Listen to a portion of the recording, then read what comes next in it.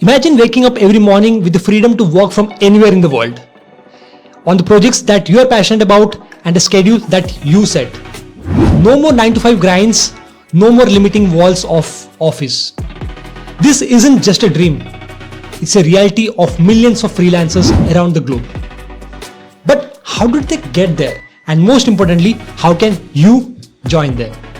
Whether you're dreaming to turn your passion into profession, seeking flexibility, but wait, before you dive into this enticing world of freelancing, I want to share 5 things that you should know before you start freelancing, which no other YouTube video is talking about. But guess what? I have navigated through it. And I'm here to share those essential insights with you so that you can not only kickstart your freelancing career, but also be established as a successful freelancer. So let's dive in and discuss these 5 game-changing rules or tips that is about freelancing and that can transform the way you think about freelancing. This is coming from my personal experience, and after I watched a lot of YouTube videos on freelancing, I have not seen people talking about this much. So here I am talking about those 5 points that will change the way you think about freelancing. I'm Achuth Ramesh and I have been exactly where you are now. Wondering, exploring, and at times, yes, a bit overwhelmed by the idea of freelancing. But guess what? I have navigated through it and I'm here to share those essential insights with you. Not only to kickstart your freelancing career, but also to help you to prepare for long-term success game in freelancing. Number 1 is understand the payment cycle in freelancing. So basically in freelancing, there are 2 kinds of services. The number 1 is retainer basis services. Like for example, I was fortunate enough to do performance marketing, and after I started in freelancing, I realized that, okay, my service is something which is retainer basis. Like if I onboard one client, that client would need my service next month as well. But on the other hand, there are kind of services like which is one-time payment services. Like for example, website building or logo designing. So on that cases, what happens, like if I'm a website builder, I onboard a client and I build a website for them and I deliver the output. And once I deliver the output, my contract with them ends over there. And then again, I have to go out in the market and search for new set of clients to build website. But in my case, if I'm providing a retainer basis services where in which my client need my service every single month, I will give you some example on digital marketing like SEO or content marketing or email marketing or performance marketing or social media management. These are the kind of services which a company or brand needs every single month. Whereas logo designing or website building is something which is one-time service. But there is no hard and fast rule that retainer basis services is much more better than the one-time payment service. So it basically circles back to the point that what's your personal preferences, because one-time payment service can be of huge amount, like building a website could be of much more amount than a performance marketing service. So it's up to a personal preference what you prefer to provide as a service. So if you're someone who is starting out or you are just trying to figure out which skill to excel, then it's up to you. Just understand that if those services are something which is needed in a retainer basis or one-time payment basis for brands. And the second is master the art of running business. Don't be fooled. Excelling your craft is just the beginning. But fear not. Along with killer skills, you need to master the art of business. From a personal experience of 3 years of freelancing, there are 3 or 4 important points which you need to consider before starting with freelancing. Number 1 is invoicing. Number 2 is onboarding. And on 3rd is marketing. And the 4th is master the art of timing, or basically time management. Gone are those days when talented freelancer's success was solely defined by his expertise. Today, you need to wear multiple hats to thrive in the competitive world of freelancing. So if you want to level up your game and secure lucrative clients, it's time to embrace the entrepreneur within you. So as I mentioned, number 1 in this list is invoicing. Invoicing may not be the most glamorous task, but it is the lifeblood of your business. A streamlined invoicing process not only helps you for timely payment, but also boosts your professional image. Remember, clients value professionalism and efficiency, so don't underestimate the power of well-structured invoicing. The second in this list is onboarding. Onboarding is your opportunity to make the first impression on the client. It's not just about smoothly transitioning clients into your workflow, it's about showcasing your unique value proposition. Take the time to understand their needs, communicate effectively, and try to figure out ways to exceed their expectations. A strong onboarding process helps to establish a long-term client relationships. And the third in this list and the most important one for me is marketing. Marketing is no longer an optional, it is essential. In a sea of talented freelancers, to stand out, you need strategic promotions.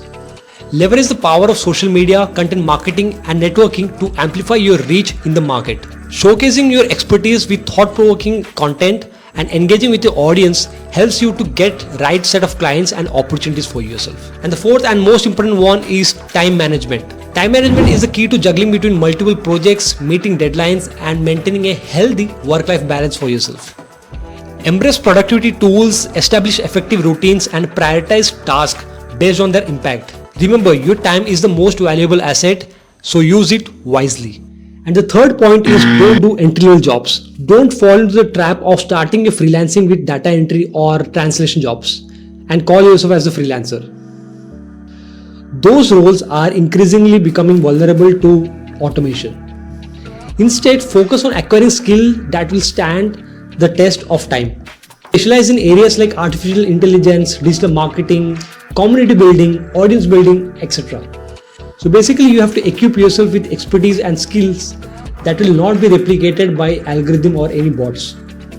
So invest in the future by developing in-demand skills that will make you relevant and make you suitable to run in a long period. And the fourth point is be confident.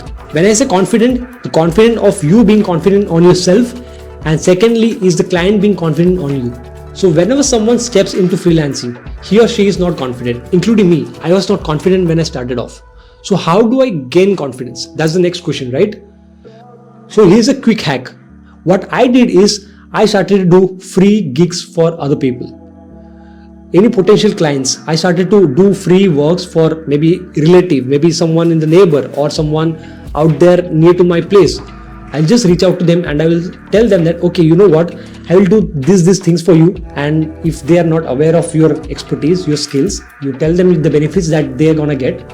And in return, they don't have to pay you anything. So there is win-win situation, right? He does not have to lose anything. He has only possibility of winning things. In my case, I did performance marketing for gym owners, which were near to my office. And when I did that, they saw an increasing revenue in their business. In return, what I told them is, you know what, I will do this for free for this many months, maybe 1 month or 2 months. And in return, all you have to do is give me a testimonial.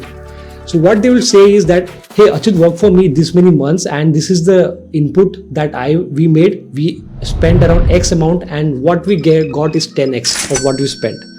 So getting such testimonial will boost your confidence. And if you show those testimonials to your future potential clients, that will give them confidence to spend the money on you. So that's how all you have to think about is what are the ways in which you can build confidence on yourself. At the same time, you need to focus on how other people can be confident on you as well. And the fifth and most important point is start now. They say that you jump and the net will appear. You go to the cliff, you keep on thinking, कूदू यहाँ से नहीं कूदू, कूदू यहाँ से नहीं कूदू, कूद जाओ, अपने आप नेट आ जाएगा. There is no right time to start. The right time to start is now.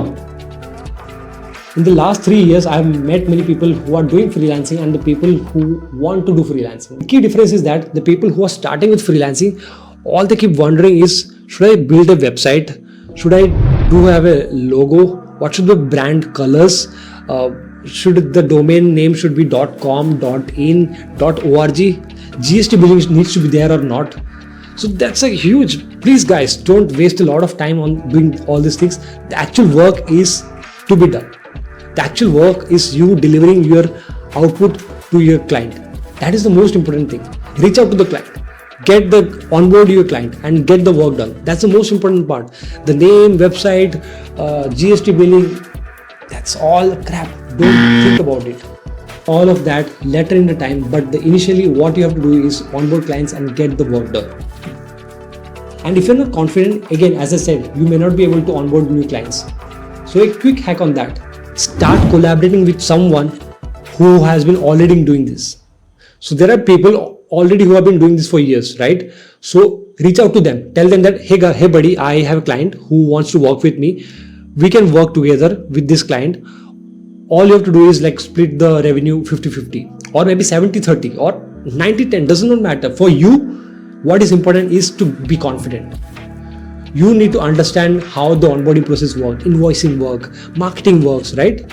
How if I'm a performance marketer, if I'm working with someone who is much more expert than me, who has been a lot of 10 years of experience, I will work with him with a maybe revenue split of 50-50 or 70-30. The reason being is that I'll be able to learn a lot of things with him. And the problem when you start freelancing is that you are working by yourself.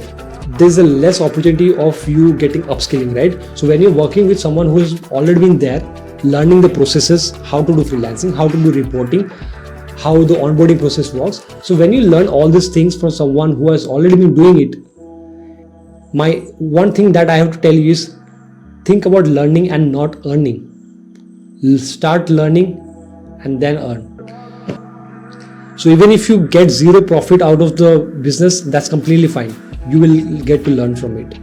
So start collaborating with someone who is already been doing it. So these are the 5 points that will change your mindset as a freelancer. And I know that not many people talk about these things. So here I am sharing my insights from freelancing of 3 years of experience.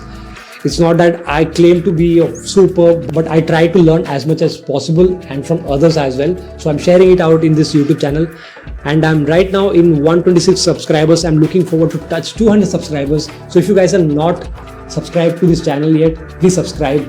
And if you like this video, if you like me talking about freelancing, comment down below what else you want to know about freelancing, and if you want to know about marketing or if you want to know how I use automations or ChatGPT in marketing, comment down below so that I can create many more videos on that as well.